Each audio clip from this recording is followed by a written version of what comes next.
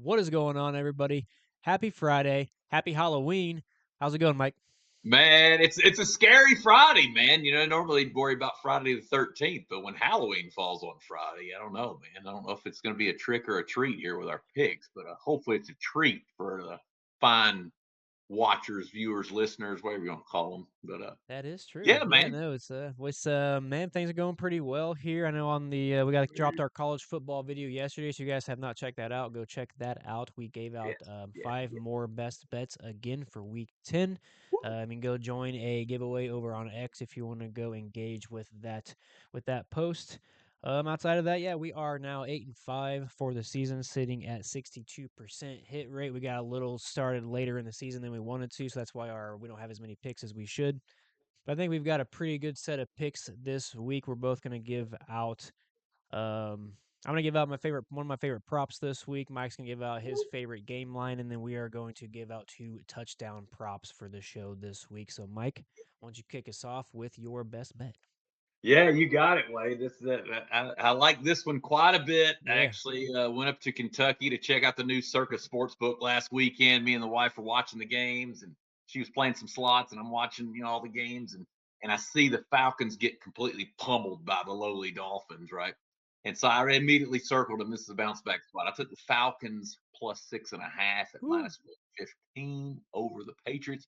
We'll call it +6 for show purposes. You can get that -113. I think at bet 105 is still somewhere around that number. But yeah, it's scary because Atlanta looked absolutely terrible with Kirk Cousins at the helm. My goodness, what he's about 87 years old by now. But this is just the classic buy low, sell high spot. This is just, everybody and their mother is loving the Patriots. I get why I love Mike Vrabel. He's done a great job with the Pats. Good time to sell them at a high, though, man. They've just beat up on a lot of bad teams. They rank dead last in strength of schedule, beat up on the Browns that last week. They beat up on the Titans. They beat up on a lot of other just crap teams.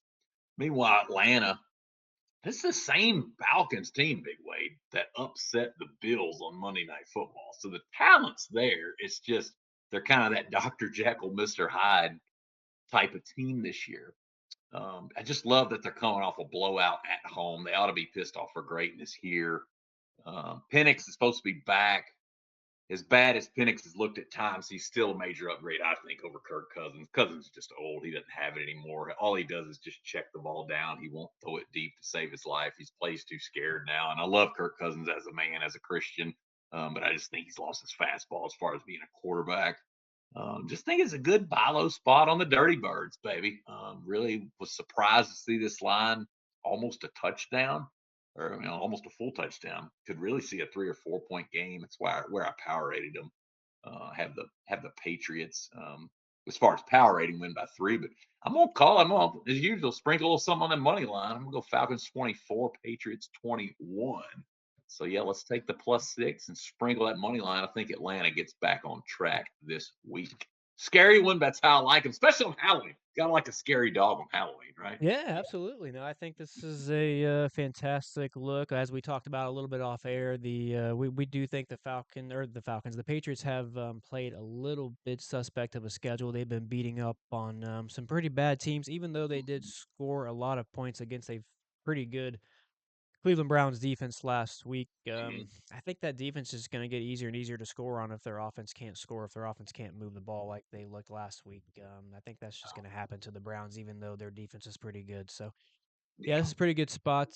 Falcons definitely had a stinker, so I think this is a really good bounce back spot by you. So yeah, we'll see. It's kind of strange what would happen with them against the Dolphins because I was actually on the Falcons. I used them as a teaser against the Dolphins, and they really dropped the ball there. So Yeah, they I did. like this look. I expect them to get back on track. They can win this game, like you said. Sprinkle on the Yeah. money line is a fantastic look. So very good. I love that play.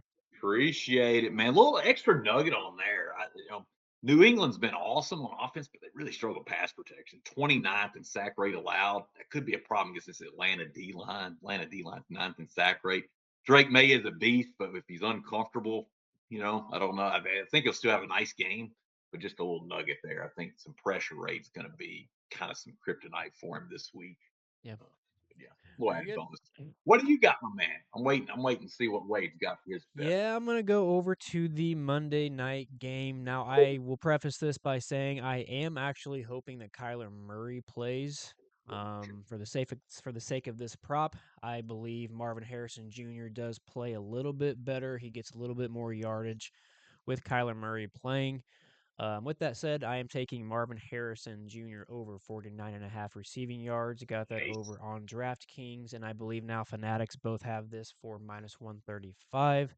It's about as high as I'll go for a prop, but I like it. I like it a lot. He has cashed this line in 6 of his last 9 starts overall with a median of 60.5 over his last 10. For the season, he's cashed this 4 of 7 with a median of 58. He's cashed this in 3 of his last 4 starts. Now he's facing a Dallas Cowboys team who ranks 30th, allowing 172 yards per game to wide receivers. They rank 31st overall in receiving yards allowed as a team to 273 total.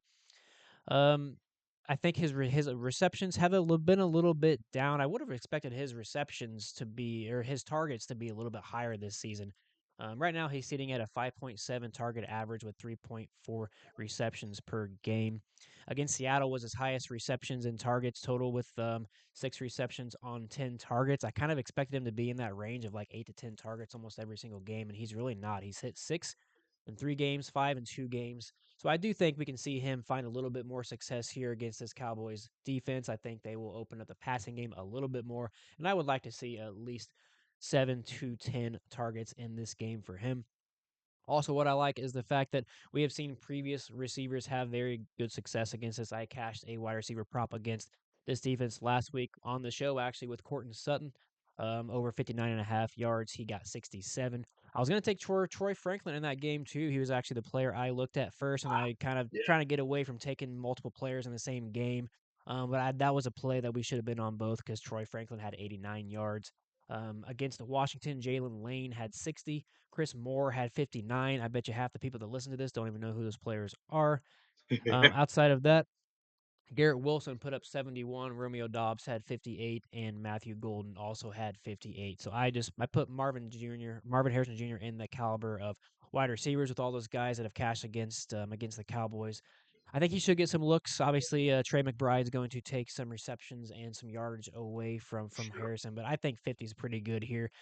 He has not eclipsed 100 yards yet. He hit 98 against Tennessee, so maybe this is the game that he can finally break 100 yards here. So just to give me half of that, I think 50 is pretty good. He hit 100 on only 2 games last year, so he can do it. I think this might be one of the teams that he can do it against. So I Yeah. think 50 is a pretty low number, especially for this minus 135. So if you don't like the minus 135, I would go ahead and play this up to. Looking right now, it looks like you can get 56.5. Yeah. Looks like you can get 54.5 minus 150. So you can get 55 Yeah. yards minus 115. Just go take that if you don't like the minus 135. If Perfect. you want some plus money, I'd go take us over 60 plus 102 over at or Hmm. over. Actually, Fanatics has 59.5 plus 115. I don't hate that either. So Yeah. you can maybe do a little small ladder here. Take one unit and break it up on the over those plays if you want. So yeah, I just think this is a pretty good spot to get him some receiving yards. That's excellent, man. There's only three certainties in life: way, death, taxes, and fading my Dallas Cowboys Yeah, defense. yeah. Ranked just 29th in coverage rate according to PFF. Harrison's going to have some good matchups too, man. I mean, he's going to be matched up with Elam for what, 13 snaps according to PFF. Elam's not very good, 56 in coverage out of 116 DBs. Another guy, Bridges, he's not even ranked. He's not even on PFF's grading sheet. That's not good. So he should torch him. It just depends on if who's at quarterback, two, will they give him the targets like you said? But gotta love last Correct. five average. Harrison Jr.'s got 59.6 and Yeah. average last 5 games. So he's really starting to figure it out. Uh, yeah, I like the form that he's in. Had a nice game against Green Bay back in week 7. Now coming off the bye. Yeah, good spot. I like it a lot, especially any chance to fade the Cowboys defense is a smart play in my opinion. Very nice. Now, what is your touchdown look for this week? Yeah, we've done pretty good with these so far, Big Way. We're 6-4 with these anytime TD props. We've hit a couple plus 200 pluses, which has been nice. Don't have one quite that sexy this week, but I'm gonna go Rasheed Rice plus 110. You can actually get a better line than Mikey Knobs got. It's plus 120 right now at Hard Rock. Just think this is going to be our typical high scoring game between the Chiefs and the Bills. They tend to be some shootouts. I think the total on this so far, what is it, 52, 53, 54, somewhere in Yep. that high scoring range is Yep. what it's at. Um, just a good spot. I mean, Rasheed Rice only been back a couple games, and he's already found the end zone 3 times.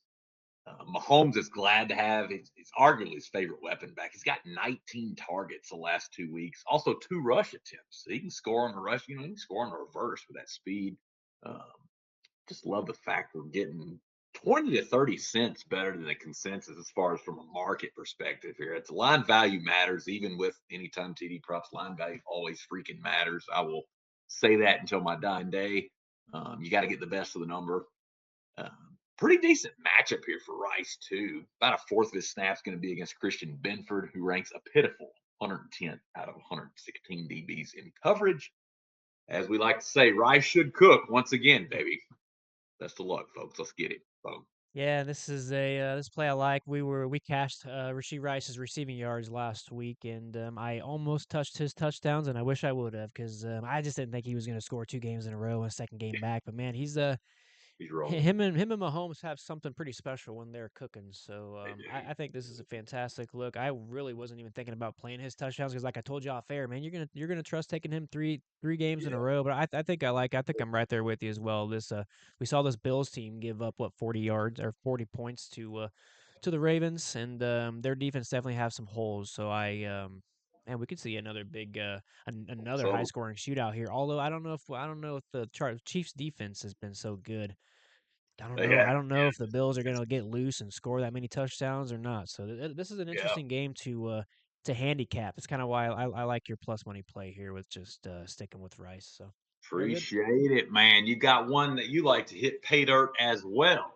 Yeah, we talked about this one a little bit off air.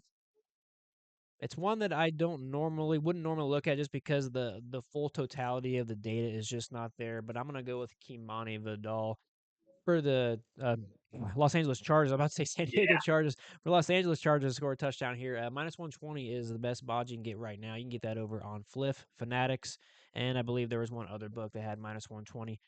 Looking at DK and Bet River or Bet 365, both of those are sitting at minus 140, so there's still a little bit of value on these other books. He has Oh, scored 2 touchdowns in his last 3 games, one against Minnesota and one at Miami. Obviously, we're taking this play because it's more of a fade on Tennessee. Vidal has had 5 red zone rushing attempts last game. The game before that, he had 3 rushing attempts and 2 red zone targets. The game before that, he had 6 red zone rushing attempts and 2 red zone targets. And then the game before that, against Washington, he had 2 red zone rushing attempts. So it was only one game this season where he did not touch the ball or at least get a look in the red zone. I think this is a pretty good spot where the Chargers are looking to probably score right around, I'm thinking 24, 28. They might be able to reach the 30-point mark here. So I think Vidal could be one of those that could sneak it in. We saw Jonathan Taylor score 3 against them last week. Obviously, he's a little bit of an anomaly, but before that, Ramondre Stevenson scored a touchdown. Ashton Genty got one in. Michael Carter for Arizona, as well as Bam, also got one in for them. And then Woody Marks for Houston Texans also scored 2 on buddy. them. So we've seen running backs have success with them. I would have liked this play to be a little bit more like minus 110 plus one plus money at least. But I just think books know they have a feeling that the Chargers are going to find some points. I do think they'll probably find at least 1 or 2 through the air. So I think Mhm. this is going to be slim pickings. That's kind of why I wish there's a little bit better odds. I think he might only get 1 touchdown, so he's going to have to capitalize on the opportunities that he gets. But I just think this is a pretty good look. Tennessee, obviously, we know Tennessee's defense has not been a strength of their team at all this year. They currently rank 30th, allowing 3.5 touchdowns per game. To running backs, they rank dead last in the league, allowing 1.8. So I just think Woo. this is a pretty good look, man. Yeah. Listen, Wade's mad from my own heart this week. Fading my Cowboys defense, then fading the Titans defense. 2 terrible defenses. Yeah, I think, man, that's a good one there. I was really surprised that most books didn't have that at minus 150 or higher, just because, like you said, I mean, the Titans D line, plus they're banged up. They've had some key injuries as well. Man, oh man, they've just really struggled, even on a down basis, allowing 4.9 yards per rush. Yeah, just not good for Tennessee. I don't see how the Chargers don't blow them out. And Vidal could score two. Yeah, and we'll go into your not why is it not -150? I just think it's because the Chargers really have a lot of pass catching Yeah. guys that can possibly disrupt this play a little bit. My thought Mhm. is they're going to be able to move the ball down the field with Allen and them and Johnston on the outside. They're going to be able to move the ball, get the ball down into the red zone, and then I'm hoping that Vidal can just punch one in if they can get one close. That's my hope. Yeah. He might be able to break loose. I don't see him. I don't know. Maybe he did have like 200 yards against the Dolphins. Is that correct? Yeah, I think so. And then he had another heck of a game against the Vikings on Yeah, Thursday so night. maybe he could be one just bust one loose for us, but I Yeah. personally I see this game more as they got torn up against Jonathan Taylor, so I think their defense is going to look to a little slow the running game down a little bit more here. I think they're going to more pass the ball, move the ball down the field, so we're going to be looking for a nice red zone, close red zone push here. But yeah, I mean I love these plays here. Let's go 4-1 and let's come into next week sitting at 12-5 for this season here. So let's do a quick recap and get out of here. Mike gave out the Falcons +6, -113. I gave out to Marvin Harrison Jr. to go over 49.5 receiving yards, Yeah. -135. Mike gave out Rasheed Rice, anytime touchdown, +110. That is Sunday night football, so be on the lookout for that. And then I gave out Kimani Vidal, anytime touchdown for the Los Angeles Chargers against the Tennessee Titans. What else you got for us, Mike? That's it, man. That's it. Y'all have a blessed weekend. Have a fun weekend. Enjoy the Yeah, games. And yeah, hard to believe November is upon us, baby. Let's go. Ready to that is rock and right. roll. Let's Happy get cash. Halloween. Appreciate y'all. Let's cash these tickets.